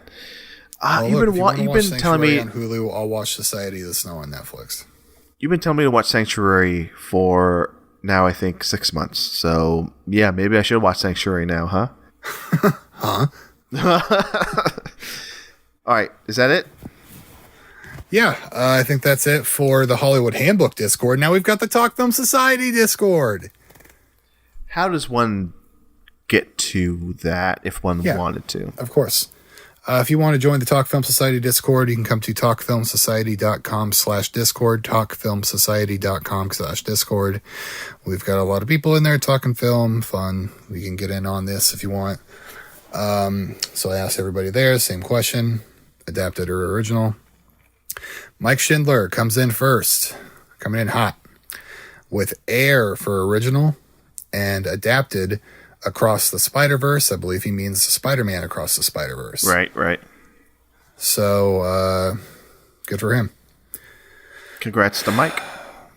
That one's a confusing choice. Okay. What's confusing choice? Just the Spider-Man. I don't know. It just seems weird for Mike. For Mike, that seems weird. I know Mike's an offbeat kind of guy in general. But with his choices, but that one just seems extra weird. But okay, you might say that, but I think having Air as his favorite original screenplay, that's him to a T. Like that's him to a T, and I didn't question it. Right. Spider-Man's weird. I'm going to call this 2 good answers for Mike Schindler. I'm going to officially say that. Hey, Mike. Love you. Can't wait to hear you and Marcelo talk about Steven Soderbergh. What's it called? Steven Soderbergh 2828. The new one, the new movie. Presents. Yeah. I can't wait till you guys get to unwrap your presents. I was just going to say not gifts, presents, but the act of being somewhere. The presence of being somewhere. Presents. Joey, who you just heard on our last episode, Joey Hamilton. He talked about us at great length about animated films. And here he comes in with an animated film to start. Adapted. Spider-Man Across the Spider-Verse. Barbie. American Fiction. Killers of the Flower Moon. Oppenheimer. Honorable mention, Blackberry. Nice.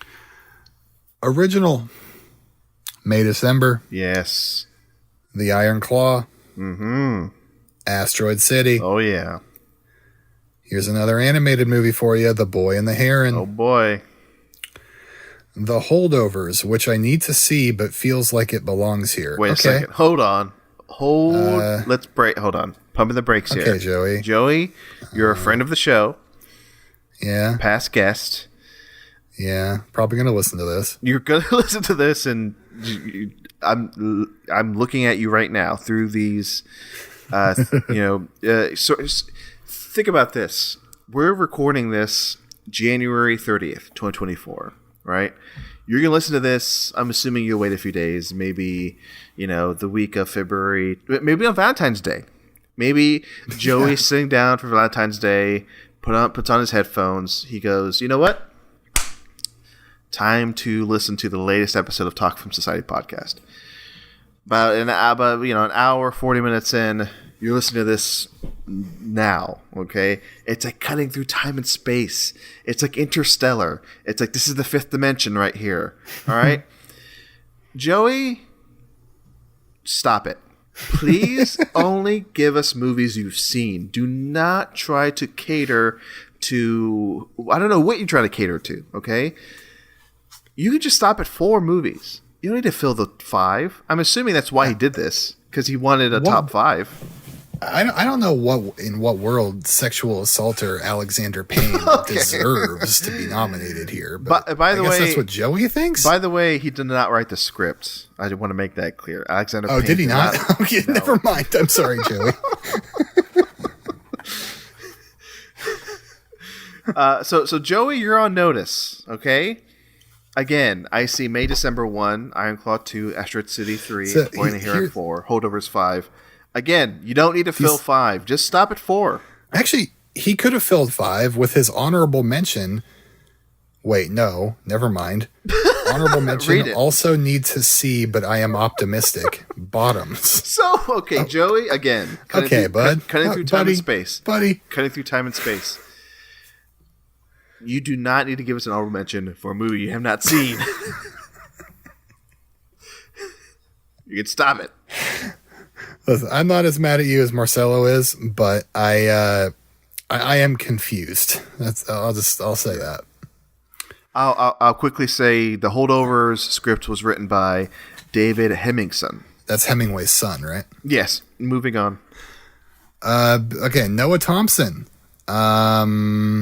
Best original screenplay: Wes Anderson, Asteroid City. David Hemmingson, The Holdovers. Sammy Birch, May December. Sean Durkin, The Iron Claw. Paul Schrader, Master Gardener. Wow, hey Noah, you know what? Thumbs up. And I've read ahead. You're about to get a big thumbs up. Christopher Nolan, adapted screenplay. Sorry, Christopher Nolan, Oppenheimer. Eric Roth and Martin Scorsese for Killers of the Flower Moon. Michael Finch and Shay Hatton, John Wick Chapter 4. Brie LaRose and Vera Drew for The People's Joker. Woo! Noah, buddy, thank you so much. You saw that in Chicago, in her home city, her in attendance, and I'm glad that you got enough out of it to like it that much.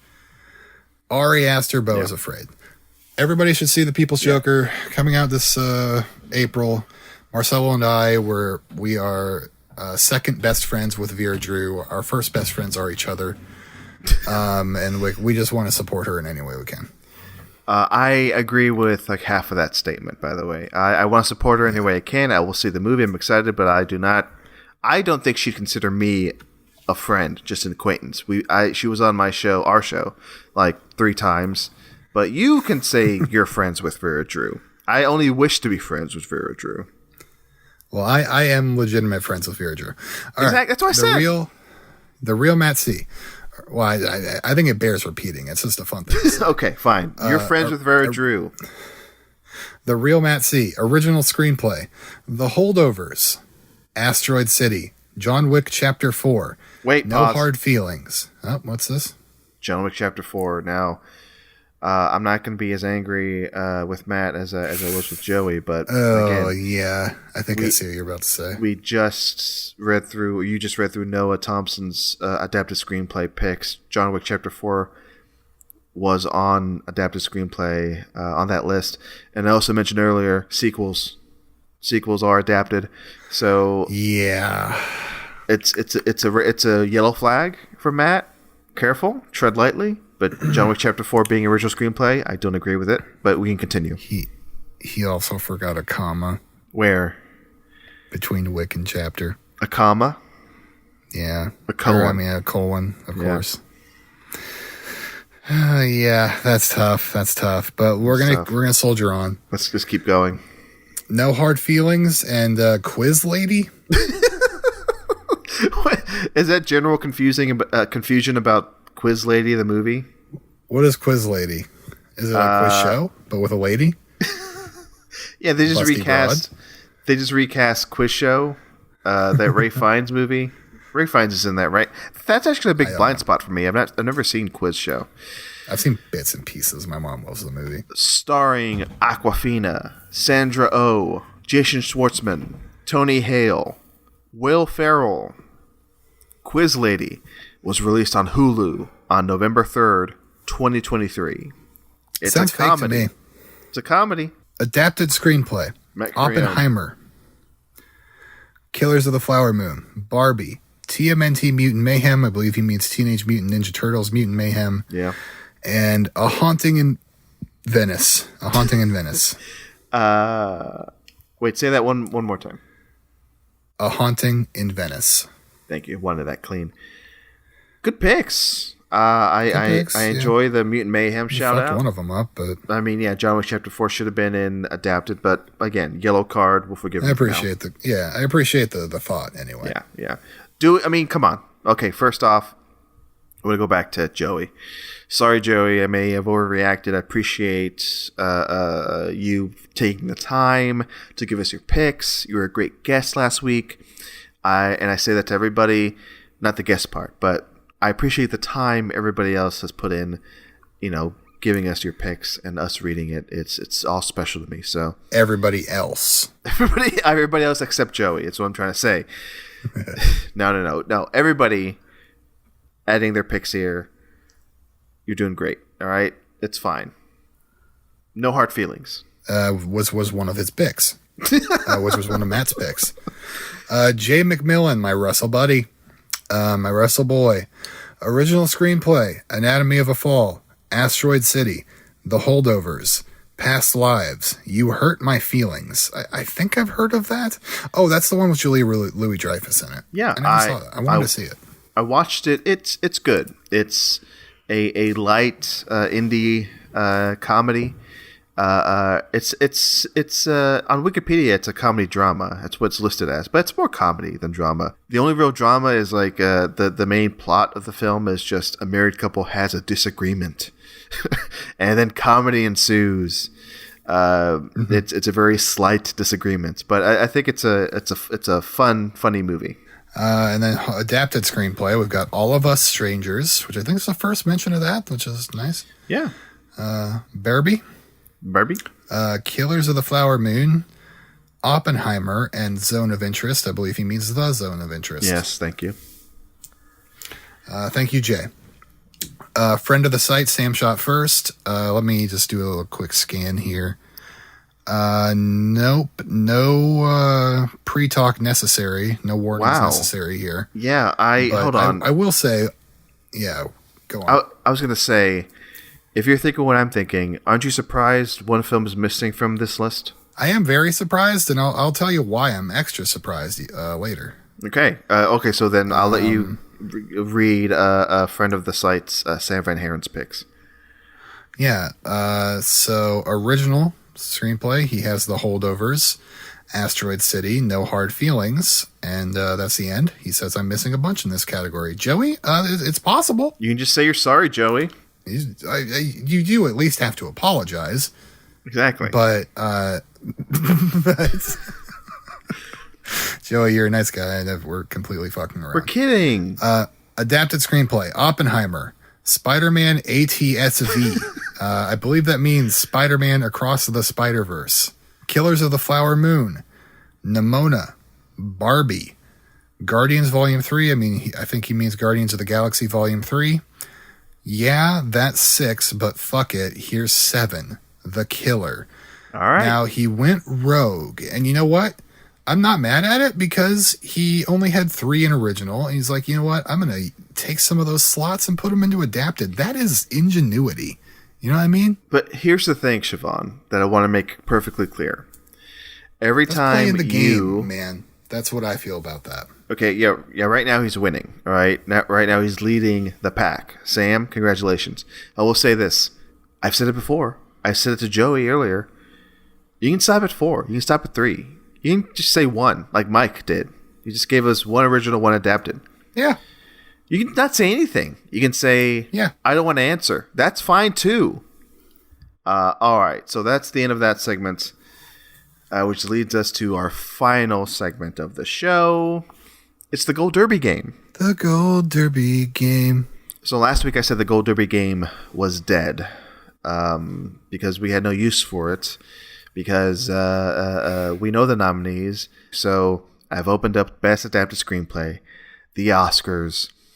Can you guess what the order is? The top 5. You're gonna have to give me the nominees, yes, or else no. All right. So as I give you the nominees, right before that, I will say Gold Derby. That's that's a site where people who are like yahoos or experts, so-called experts. They go on there and they go, "This is what's going to win the Oscar. This is what's going to be nominated." Right now, we're looking at a list where they're like, "Okay, here's the top 5 of the 5 nominees, and number 1 being the most likely to win, according to them." I just looked them up, so I'm just going to have the in front of me. Okay, I was looking that up, but thankfully you did that your own. So, okay, so you have the nominees in front of you. Can you rank them? Start from number 5. Start from number 5? Yeah, start from number 5. God, that's hard. I think number 5 is going to be Zone of Interest. All right, why don't you rank them, and I'll let you know after you rank them if you're right or wrong. Okay. Number 4. Think number 4 will be American Fiction. Number 3 would be Barbie. Number 2, Poor Things. Number 1, Oppenheimer. All right. Just to recap. Number 1, I'll go reverse order now. Number 1, Oppenheimer. Number 2, Poor Things. Number 3, Barbie. Number 4, American Fiction. Number 5, Zone of Interest. That is your ranking. Yeah. All right. Let's go through Gold Derby. Number 1 is Oppenheimer. You are correct. You get 1 point. Number 2, Barbie. That's an X right there.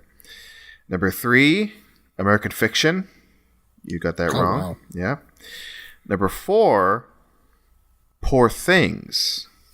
So that is wrong. 1 and 5 right. Number 5, Zone of Interest. So you get 1 point there. So 2 points. Okay. Again, for Gold Derby, Oppenheimer and Barbie are at 1 and 2. I could see why you put Barbie at 3, but I do think Barbie has a good chance of being the big contender against Oppenheimer. It's possible. It's possible. All right, so let's go to, if you have this up, let's go to Original Screenplay. Yep. Yeah. I got him. Best Original Screenplay. Go ahead and rank them from 5 to 1, Siobhan. My number 5, I'm saying May, December. Okay. My number 4, Past Lives. Okay. My number 3, Maestro. Number 2, Anatomy of a Fall. Number 1, Holdovers. All right. Number 1, Holdovers is what you said. Number 2, Anatomy. Number 3, Maestro. 4, Past Lives. 5, May, December. Just to recap. You motherfucker. I thought you were going through them. No. I was just making sure that was your order. Let's go number 1 first. Anatomy of a Fall, according to Gold Derby. Yeah. Wow. Anatomy of a Fall. So that is a X. Number 2, they have Holdovers. Number 3, they have Past Lives. Number 4, they have Maestro. And number 5, it's the one point you have, May, December. Wait, how'd that work? Yeah, I guess you got 1 point. And you got all, you missed all the rest. So yeah, Anatomy of a Fall and Holdovers, I think, are the 2 films in the running for Best Original Screenplay. I could, you know what? I think Fall will get it. I think Anatomy will get it because you got Justin Triet for Best Director, and it didn't get international film. Yeah. For stupid reasons, because the I wouldn't French be surprised. the French picked another film for their submission, not Anatomy of a Fall, which is a big mistake. So, it's going to get something, I feel. So, original screenplay makes sense. But yeah, that was a Gold Derby game. Congrats, Siobhan. You got. Thank you so much. You got 3 points. I got 30%. I was also going to pull up. I don't know if you knew this, Siobhan. The Gold Derby website has not just the Oscars; they have other award shows. I was going to pull up the BAFTAs and do the same thing. Please don't. Yeah, no, I'm not going to. I'll quickly say on the BAFTA side, they have Anatomy of a Fall at number 1 for Best Original Screenplay. For Best Adapted, the number 1 is Poor Things. That's what they say is going to win for Best Adapted at the BAFTA Awards. So, congrats to everybody involved, including Siobhan. And now, speaking of the Oscars, which we just did a while ago, what do we think is going to win for Best Original and Best Adapted Screenplay? Now we have to decide. There's no more joking around. What is it that's going to win? Siobhan, you go first. What's going to win Best Adapted? I think it'll be Oppenheimer, and I think the other one's going to be Anatomy of a Fall. I'm with you. Got it. I was thinking Holdovers until today. Yeah, like I said, I do think Anatomy of a Fall will get the Best Original, and like I said earlier, maybe. And you just said it, Oppenheimer, Best Adapted. I think that makes sense. So I think we're on the same page. Oppenheimer and Anatomy of a Fall. Oh, wow. I thought you'd say Barbie. Oh, wait. Yeah, I've been going for Barbie all this time. Why did I say Oppenheimer? Maybe that was a Freudian slip. In my heart of hearts, I want Barbie to win Adapted. But I guess at this time, I'll say Oppenheimer. But I'll see how the tide shifts. I'll see how things land a week or two before the Oscars. I might change my answer. I guess my heart wants Barbie to win, but I guess if I'm being a realist, it's Oppenheimer. That's what I'm saying right now. I do want Barbie to win. All right. That's the show. Siobhan, we did it. We had another episode. That's another one in the books. We can finally head off to bed. Do you think we had a lot of fun? Yes. A lot of fun. Any last words, Siobhan, before we end? I love you all. That's it? Yeah. Okay. Thanks, listeners, for listening. I don't think I said this last episode, but check us out on YouTube. That's new. Go to talkfilmsociety.com/YouTube. Subscribe. Listen to those episodes on there. I know people like listening, watching things on YouTube, so I finally figured out how to do it to get the episodes out there on that platform. So there you go. Then if you want to, I haven't said this in a while. If you want to subscribe to just this feed, if you're listening to the main feed with all the other shows on the network, great. Keep doing that if you want. But if you just want these episodes in its own individual feed, just me and Siobhan talking Oscars, and the back catalog, where the summer series is on there from last year. Last year's Oscar series is on there, and any future shows from Talk Film Society, where I'm mainly hosting, that'll be on this feed. talkfilmsociety.com/TFS pod. POD. Like the band. Pod. POD. Like the band. I was about to say that. That's it. Siobhan, always a pleasure. Listeners, I'll see you at the movies. No, I never say that. All right, bye.